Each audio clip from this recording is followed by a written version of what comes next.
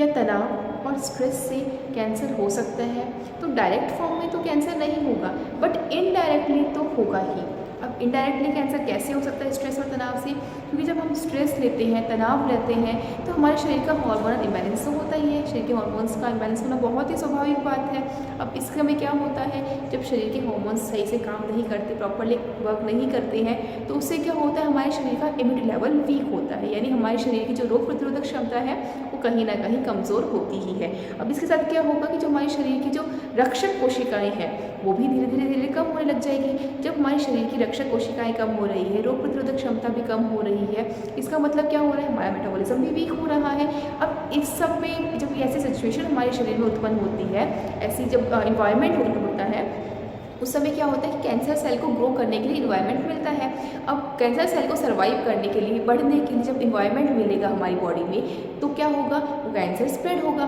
Spread होने से क्या होगा, जब कैंसर सेल ज़्यादा से ज़्यादा बढ़ेंगे, डिवाइड होकर और बढ़ते रहेंगे, ग्रो करते रहेंगे, तो उससे क्या होगा कि शरीर में कैंसर स्प्रेड होगा और व्यक्ति की जो कैंसर की स्टेज है धीरे धीरे करके वो बढ़ती रहेगी। तो डायरेक्ट फॉर्म में तो नहीं, बट इनडायरेक्टली तो कैंसर हुआ ही ना स्ट्रेस से और तनाव से। इसलिए कभी भी स्ट्रेस और तनाव बिल्कुल नहीं लेना है। अब इसको ना लेने के कई सारे तरीके हैं। आप अपने रूटीन के हिसाब से, अपनी डाइट के हिसाब से, अपने डेली शेड्यूल के हिसाब से इसको थोड़ा चेंज कर सकते हैं। इसके अंदर आप स्पेशली सुबह योगा ज़रूर कीजिए, जितना जल्दी हो सके उठने की कोशिश कीजिए। उठने के बाद भी अगर आप जैसे बहुत ना विग्रस एक्सरसाइज वैसी नहीं कर सकते हैं, तो वैसे करने की आवश्यकता भी नहीं है।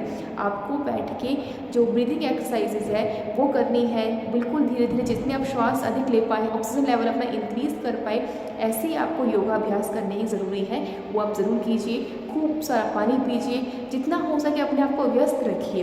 व्यस्त रखने का मतलब ये नहीं कि आप ऐसा हार्डवर्क करें कि जिससे शरीर में आपका हिम्मत ही नहीं है, इम्यूनिटी तो है ही नहीं, और आप बहुत ज़्यादा हार्डवर्क कर रही हैं तो वहीं बेहोश होकर गिर जाएंगे। ऐसा कुछ नहीं करना है आपको करना क्या है, जो भी काम आप कर सकते हैं अपने शरीर की फिजिकल कंडीशन के अनुसार वो आप ज़रूर कीजिए। उससे क्या होता है कि हमारा माइंड थोड़ा बिजी रहता है।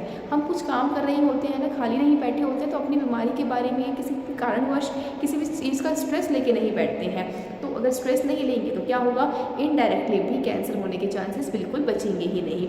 अब हमारे पास क्या होता है, कई पेशेंट्स ऐसे आते हैं, कुछ पेशेंट फर्स्ट स्टेज के भी होते हैं, कुछ पेशेंट लास्ट स्टेज के भी होते हैं।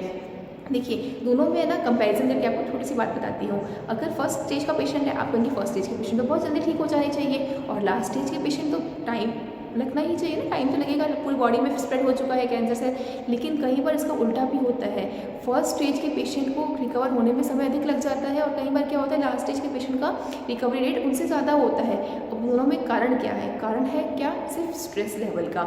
जो अगर फर्स्ट स्टेज का पेशेंट है और वो सोच रहा है कि बस कैंसर हो गया, लाइफ ख़त्म, अब मैं क्या करूँगा, अब मैं कैसे जीऊँगा, इसकी जो थेरेपीज़ है, इसका जो ट्रीटमेंट है वो तो बहुत ही पेन वाला होगा, अब तो कैंसर का मतलब ही डेथ है, कैंसर का दूसरा मतलब ही सबने मौत बता दिया है, अब तो कोई पॉसिबिलिटी ही नहीं है जीने में। अगर ऐसा माइंडसेट है तो बिल्कुल ही नहीं है, सच में नहीं है। कोई भी मेडिसिन, कोई भी थेरेपी, कोई भी ट्रीटमेंट आपको कभी भी ठीक नहीं कर सकती।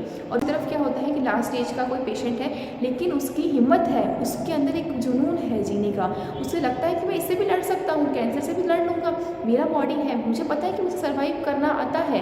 अगर ऐसा माइंडसेट है तो ट्रस्ट भी फोर्थ स्टेज का कैंसर की जो रिकवरी रेट है ना, फर्स्ट स्टेज कैंसर से भी बहुत अच्छी होती है। क्या था इन दोनों में डिफरेंस, क्या था, सिर्फ आपका सोच का, आपके दिमाग का, आपकी जो सोच है उसके अंदर तनाव, स्ट्रेस कितना है और अपने आप में कॉन्फिडेंस कितना है। अगर आप अपने आप स्ट्रेस लेवल बढ़ा के रखेंगे, तनाव में रहेंगे, तो कभी भी किसी भी बीमारी से आप उभर नहीं पाएंगे। लेकिन वही दूसरी तरफ अगर आप अपने आप को अनकंडीशनल लव करेंगे, अपने आप से प्रेम करेंगे, अपने आप को जीवित रखने का हर संभव प्रयास करेंगे, अपने आप को जीवित रखने का, अपने आप को ठीक रखने के लिए, स्वस्थ रखने के लिए। जीवित रहना फिर भी आसान है, लेकिन स्वस्थ रहना मुश्किल है। कब तक मुश्किल है, जब तक आप अच्छी दिनचर्या का पालन नहीं करते। आप अपने आप के लिए, अपने अच्छे स्वास्थ्य के लिए अगर अच्छी दिनचर्या का पालन करते हैं, जंक फूड छोड़ते हैं, एल्कोहल छोड़ देते हैं, एक अच्छी लाइफस्टाइल जीते हैं ना, तो ट्रस्ट में आपको कैंसर अगर हो भी गया है, किसी भी स्टेज का है, आपका रिकवरी रेट बहुत फास्ट होगा और पूर्ण रूप से कैंसर ठीक भी होता है। आपको कौन ठीक करेगा? आप अपने आप को खुद ठीक करेंगे।